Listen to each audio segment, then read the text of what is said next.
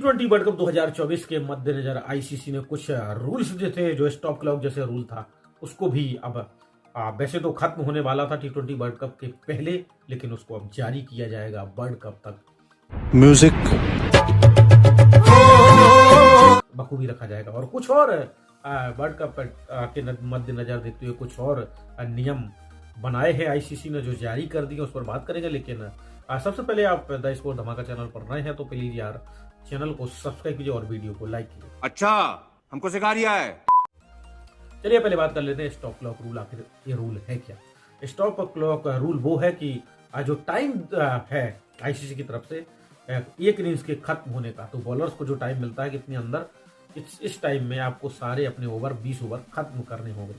यदि वनडे है तो 50 ओवर खत्म करने होंगे। अरे कहना क्या चाहते हो? यदि आप ऐसा नहीं करते हैं तो 2 चेतावनी मिलती है और उसके बाद फिर 5 रन पेनल्टी के रूप में दिए जाते हैं। तो आखिर है क्या? आज जैसे मान लीजिए पहला ओवर खत्म करती है टीम जो फील्डिंग कर रही है, अगला जब वो दूसरा ओवर शुरू करेगी तो 60 सेकंड के अंदर दूसरा ओवर हर हाल में शुरू करना होगा। अबे जल्दी बोल, कल सुबह पनवेल निकलना है।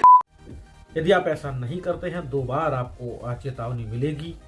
इसके बाद अगर आप तीसरी बार फिर गलती पाई जाती है, आप देर से नेक्स्ट ओवर शुरू करते हैं, तो 5 रन पेनल्टी के रूप में दूसरी टीम को दे दिए जाएंगे। देखा आपने लापरवाही का नतीजा है। लेकिन इसमें भी एम्पायर्स के पास इस नियम को कब कैसे लागू करना है उस पर बदलाव कर सकता है। जैसे कोई प्लेयर चोटिल होता है या फिर जो ड्रिंक्स का टाइम है वहां पर भी एम्पायर्स देखता है।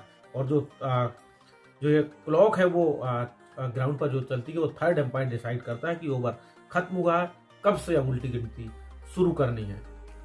तो ये रूल लगातार बहुत बेहतर तरीके से चल रहा है और सारे मुकाबले 20 मिनट पहले खत्म हो रहे हैं जब से ये रूल 5 रन पेनल्टी के रूप में बनाया गया है। लेकिन उससे पहले आपने देखा होगा इस रूल से पहले काफी लंबा टाइम लगता था और फील्डर का भी एक था कि 5 फील्डर आपको घेरे के अंदर रखने होंगे यदि आप लेट हो जाते हैं। तो स्टॉप क्लॉक रूल को बखूबी T20 वर्ल्ड कप 2024 से वेस्ट इंडीज अमेरिका में जो खेला जाना है उसमें भी लागू रहेगा।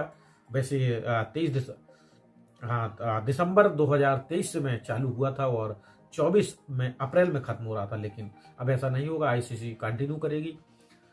और दोस्तों जो कुछ और जो रूल हैं बनाए गए हैं वो है कि जो नॉकआउट मुकाबले होंगे T20 वर्ल्ड कप में वहां पर रिजर्व डे रखे गए हैं।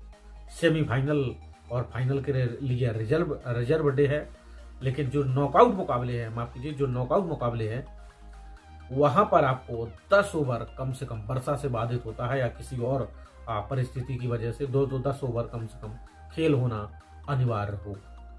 और जो लीग मुकाबले हैं उसमें कम से कम 5 ओवर डाले जाने जरूरी है, तब जाकर के डकवर्थ लुईस जो है वो लागू होता है और फिर रिजल्ट निकल करके आता है कि कौन सी टीम दोस्तों जीत रही है। तो ये रूल है, एक स्टॉप क्लॉक रूल है और नॉकआउट मुकाबलों में जो ये रूल बनाए हैं आईसीसी ने वो इसी तरीके से है।